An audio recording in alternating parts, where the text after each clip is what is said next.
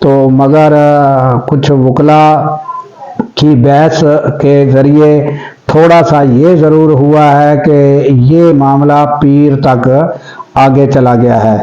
تو یہ تازہ ترین صورتحال ہے ناظرین کہ ان کا کیس جو ہے وہ اب آئندہ سماج پہ کیا ہوتا ہے. آج 7 سال سزا جو تقریباً جو اینکر ہے ان کا کہنا تھا کہ یہ 7 سال سزا ہونی تھی. اب کیا کیا ناظرین جو لیگلی مسئلے تھے کن کن سے عدالت نے گریز کیا, کون کون سے لیگلی قانونی ضوابط اور قواعد جو ہیں ان کا انہوں نے پشے پس ڈال کر کیس کو آگے بڑھایا, یہ تھوڑا سا ہادی علی چٹھا تفصیل بتا رہے ہیں. یہ تھوڑا سا پہلے آپ ان کی یہ تفصیل سن لیں. پروسیکیوشن اور اسپیشل پروسیکیوٹر اس قابل نہیں ہے کہ وہ سارے ایویڈنس کنفرنٹ کرا سکتے ہیں اکیوزڈ کو. تو آپ نے 10 بجے خود ڈکٹیٹ کرایا 33 سوالوں کا 342 کا سوال نامہ ہمیں 10 بجے ریسیو کرایا. 10 بجے آپ نے ہمیں دیا اور 10 سے 2 بجے تک متواتر کیس لگتا رہا, 4 دفعہ بحث ہوتی رہی سارا دن. 2 بجے آپ نے کہا کہ اس کا جواب دیں. آپ نے ہمیں صرف 4 گھنٹے دیے 342 کا سوال جمع کرانے کے لیے, جواب جمع کرانے کے لیے. تو اگر ہم نے کل جمع نہیں کرایا اور آپ سے ریکویسٹ کیا کہ ہمیں ڈیٹ دیں آج کی, تو آپ نے ہمیں ڈیٹ نہیں دی بلکہ اسٹیٹ ڈیفینس کاؤنسل جو سرکاری وکیل متعین کیا گیا ہے اس سے سوال نامے کے جواب لے لیے ہیں. 342 کا بیان ملزمان کا بیان ہوتا ہے, اس کے اوپر نہ ہمارے سائن ہے نہ انگوٹھا ہے, ہماری طرف سے جمع کرا دیا گیا ہے. اس میں ہم نے کہا کہ ہمیں آج موقع دیں, آپ کو 342 کا جواب نامہ دیں. تو انہوں نے اس اپلیکیشن پہ فیصلہ نہیں کر رہے تھے, جس میں ہم نے کہا پہلے سے فیصلہ کریں گے پھر بحث سنیں گے. بٹ انہوں نے اس کا فیصلہ کیے بغیر پروسیکیوشن کو کہا کہ آپ بحث شروع کریں فائنل ججمنٹ کے لیے. تو ہم نے وہاں انہیں روکا کہ سر آپ پہلے اپلیکیشن فیصلہ کریں, 342 کا جواب لیں. ہماری لسٹ آف وٹنسز ہے, 18 گواہوں کو ہم نے اس میں نامزد کیا ہے کہ ان کو بلائیں, ان کی شہادت ریکارڈ کرائیں, ہم ان چیف ریکارڈ کرائیں گے, آپ اس پہ جرا کر لیں. اس پہ ابھی فیصلہ نہیں ہوا. وہ ٹی اے کی وجہ سے آج انہیں ایڈجرن کرنا پڑا کہ اب جب ٹی اے پینڈنگ ہے اسلام آباد ہائی کورٹ میں, تو بائی آپریشن آف لا جب تک ٹی اے پینڈنگ ہوتی ہے فائنل ججمنٹ نہیں دے سکتی ٹرائل کورٹ.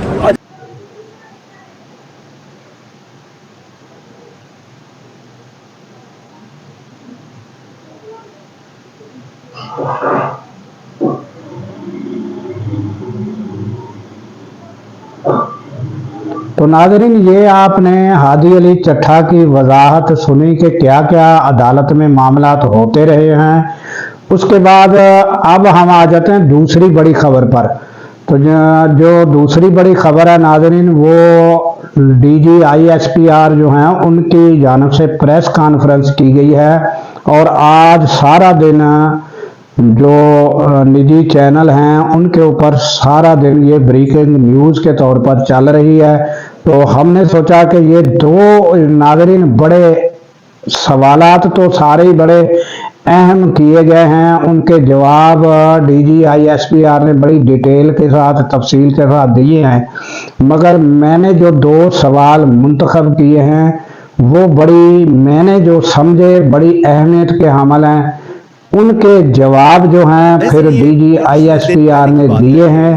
تو میں نے سوچا کہ وہ جو جواب ہیں اور سوال دونوں جو ہے میں آپ کے سامنے رکھ دیتا ہوں, وہ ذرا آپ دونوں سن لیں, سوال بھی اور جواب بھی.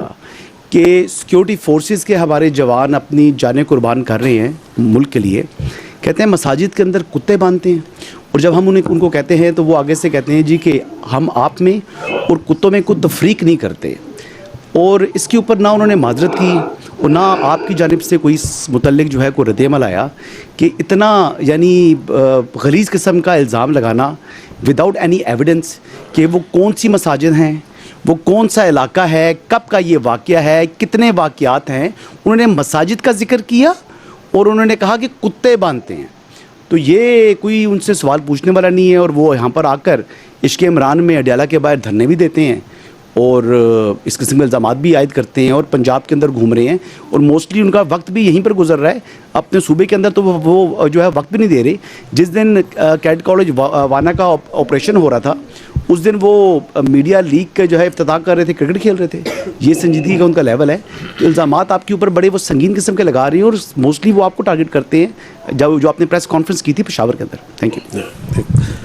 دیکھیں بات یہ, میں آپ سے یہی تو عرض کر رہا ہوں کہ یہ جو پورا بیانیہ میں نے کہا they have a comical obsession with army. صبح اٹھتے ہیں شام تک وہ جو اندر بیٹھا ہوا ہے ذہنی مریض سے لے کے باقی جتنے ہیں وہ فوج کے بارے میں بات کرتے ہیں. They'll not talk about the real issues, because that is their whole politics. اور ان کو اس چیز میں کوئی پریشانی نہیں ہے کہ سچ بول رہے ہیں جھوٹ بول رہے ہیں. That's not important to them. آپ کے سامنے میں نے کتنی مثالیں دے دی. ان کے کاغذوں میں تو vice chief of army staff لگ چکا تھا, ابھی پوچھے نا کیوں نہیں لگا. ان کے خیال میں تو ایک NSA بھی لگ چکا تھا, ان کے خیال میں تو CDF کی اپوائنٹمنٹ لیٹر بھی نہیں ہونا تھا. وہ تو بڑے وثوق سے بتاتے تھے نا. تو ان کو تو ایک مینٹل, ایک وہ کہتے ہیں نا ایک ایکو سسٹم میں رکھا جا رہا ہے جہاں پہ ان کی پوری سیاست جو سی ہے وہ فوج کے ارد گرد گھومتی ہے. فوج کے بارے میں بات کرو, فوج کے بارے میں الزامات لگاؤ, فوج کے اوپر ہر چیز ڈالو, بیکاز اپنی گورننس کی طرف کوئی بات نہ کرے. میں نے آپ کو کہا نا کہ one of the reason is, but this is one of the reason, تاکہ میں اپنی لوٹ مار جاری رکھوں, میں اپنی کرپشن جاری رکھوں, میں اپنے رشتہ داروں کو, اپنے بھائیوں کو اور اس پولیٹیکل ٹیرر کرائم نیکسس کو چلاتا رہوں. اس پہ توجہ نہیں لانی. تو ان سب کو جو سا ہے یہ سمجھتے ہیں کہ پاکستان کے عوام نائیو ہے نا, یہ سمجھتے ہیں کہ ہم ان کو بیوقوف بنا سکتے ہیں. تو میں 3 بار یہ بولا, میں دوبارہ بول دیتا ہوں, ایسے نہیں ہوگا. کیونکہ پاکستان کے عوام بہت باشعور ہے میرے بھائی. انہوں نے تو پاکستان کے عوام کو یہی بتایا تھا کہ ملک ڈیفالٹ کر جائے گا, کر گیا. یہ عوام نے کی محنت سے ہوا نا. انہوں نے تو یہ بھی بتایا تھا کہ یہ فوج جو سی ہے یہ لڑ نہیں سکتی, یہ تو صرف سیاست کرتی ہے. تو فوج لڑی یا نہیں لڑی؟ لڑ کے دکھایا. پوری دنیا میں اس کی آواز گئی یا نہیں گئی؟ تو باقی یہ جو کہتے ہیں ان کے لیے میں یہی کہوں گا کہ بارکنگ, جو کتا بھونک رہا ہوتا ہے نا, اس کے بارے میں جو ہے نا زیادہ پریشان ہونے کی ضرورت نہیں ہوتی. جوہل صاحب السلام علیکم. سب سے پہلی بات تو ہے آپ کی پوری پریس کانفرنس میں عمران خان صاحب کا نام ہی مسنگ تھا. پہلے تو میں مجھے ذرا ڈیفیکلٹی ہوئی کہ are you talking about Imran Khan, کیونکہ آپ نے پوری پریس کانفرنس میں ان کا آئی تھنک ڈیلیبریٹلی نام نہیں لیا آپ نے. دوسری بات یہ کہ آپ نے ان کو سیکیورٹی تھریٹ بھی قرار دیا, آپ نے اور بھی الفاظ ان کے لیے کہے, لیکن میں پاکستان کی تاریخ اٹھا کے دیکھوں تو فاطمہ جناح سے لے کے محترمہ بے نظیر بھٹو صاحبہ, ذوالفقار علی بھٹو, نواز شریف, مریم نواز, ان سب کو کبھی نہ کبھی کسی نہ کسی موقع کے اوپر سیکیورٹی تھریٹ, غدار اور یہ سارا کچھ کہا گیا. آج سے صرف 7-8 سال پہلے ہی اسی جگہ پہ کھڑے ہو کے ایسا بیانیہ بلڈ کیا جاتا تھا کہ جس شخص کو آج سب سے بڑا سیکیورٹی تھریٹ کہا جا رہا ہے شاید وہی اس ملک کے لیے سب سے ہی بہتر لیڈر ہے. تو آپ کی آج کی اس پریس کانفرنس میں یا آج کے اس بیانیے میں ہم کس طرح یہ کہہ سکتے ہیں کہ ریاست نے شاید اب یہ فیصلہ کر لیا ہے کہ جناب نو مور, یا پھر آج سے 5 سال کے بعد یا 8 سال کے بعد history will repeat it self and سے کہ نہیں جی بیک ان 2025 وہ جو پریس کانفرنس ہوئی تھی وہ غلط تھی, is not a security threat. جی ٹھیک, تھینک یو. دیکھیں میں تھوڑا سا اگر آپ الاؤ کریں, I will beg to differ a little bit. I don't think کہ اگر آپ پاکستان کی تاریخ کو آبجیکٹیولی دیکھیں کہ اتنے واضح طریقے سے کبھی پاکستان کی فوج نے کسی شخص کے بارے میں یہ بیانیہ رکھا ہو اسی پوڈیم پہ. وہ آپ ایک سملیرٹیز نوشنلی تو کریٹ کرتے ہیں کہ ہم نے یہ کہا, یہ بات چیت ہم نے کبھی نہیں کسی کے بارے میں کہی. And I think I am true once I say کہ not so clearly explicitly giving examples, giving objective proof کہ یہ کر رہا ہے, یہ کر رہا ہے, یہ کر رہا ہے, یہ کر رہا ہے. ٹھیک ہے, آپ کو یقیناً یہ احساس ضرور, اور وہ اس کے اندر آپ کے بہت سے جو سے ہمارے ساتھی ہوتے ہیں وہ شامل ہوتے ہیں جو یہ احساس دلواتے رہے کہ جی شاید اسٹیبلشمنٹ, جس کو آپ فوج کو اسٹیبلشمنٹ کہنا بڑا انٹرسٹنگ ورڈ ہے, جس کو آپ استعمال کرتے ہیں کہ شاید فوج کا جھکاؤ ادھر ہے, فوج کا جھکاؤ ادھر ہے, فوج ادھر کر رہی ہے. So I don't think once you say کہ اسی پوڈیم میں ہم یہ باتیں کرتے رہے, ہم نے کبھی یہ بات نہیں کی. We have come out very clearly because I think now there is a time that we need to, جو میں نے کہا نا بیئر نقل, ہمیں بتانا پڑے گا کہ یہ جو بیانیہ چلا رہا ہے یہ کون ہے, اور جو یہ کام کر رہا ہے. آپ نے جو نام لیے جن لوگوں کے, ان میں سے کسی نے یہ کام نہیں کیا. Nobody has done it. So you cannot draw similarities. ہمیں بہت اسپیسیفکلی سمجھ کے ساتھ اس چیز کو سمجھنا پڑے گا, کیونکہ جب ہم جرنلائز کرتے ہیں تو آپ اس قوم کے ملک کو بتاتے ہیں کہ پہلے بھی یہ کر دے رہے, آگے بھی یہ کریں گے. No, we have not done this before and we will not do it again. ٹھیک.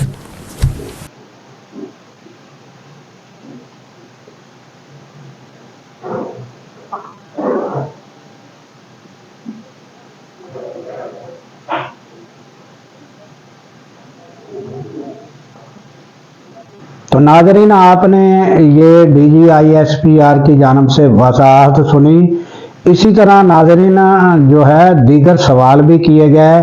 ایک سوال کیا گیا تو یہ سوال تھا کہ جیل میں جب ملاقات ہوتی ہے تو باہر آ کر سیاسی بیان دیے جاتے ہیں تو فوج کے خلاف بھی بیان دیے جاتے ہیں، تو یہ کیا اب جو ہے آئندہ کے لیے یہ اس کی روک تھام کی جائے گی یا ملاقاتوں پر مکمل پابندی لگائی جائے گی؟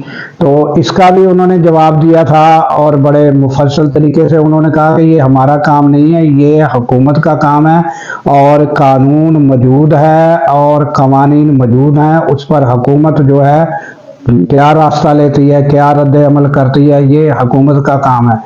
اور یہ بھی انہوں نے وضاحت کی۔ پھر انہوں نے کہا کہ ایک جو پروپیگنڈا کیا جاتا تھا تو آپ سب نے دیکھا کہ جنگ کے بارے میں، تو انہوں نے بتایا کہ کیسے جنگ جیتی گئی اور سب دنیا نے دیکھا اور آپ نے دیکھا کہ کس طرح جنگ جیتی گئی۔ پھر انہوں نے یہ بھی کہا ایک سوال کے جواب میں کہ یہ جو پروپیگنڈا تھا اب آپ نے سب نے دیکھ لیا کہ نوٹیفیکیشن جو ہے وہ بھی آ گیا اور وہ بھی ہو گیا، سب نے یہ بھی دیکھ لیا۔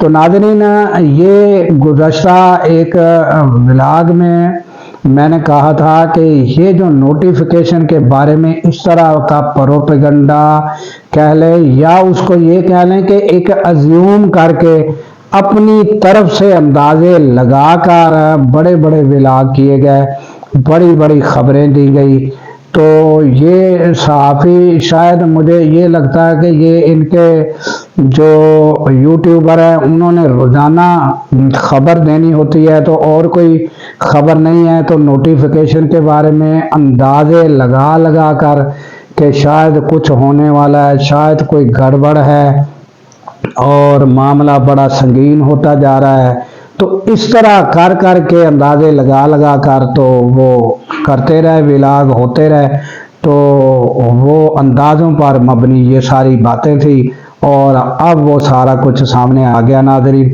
تو اس کا DGISP نے بھی وضاحت دے دی۔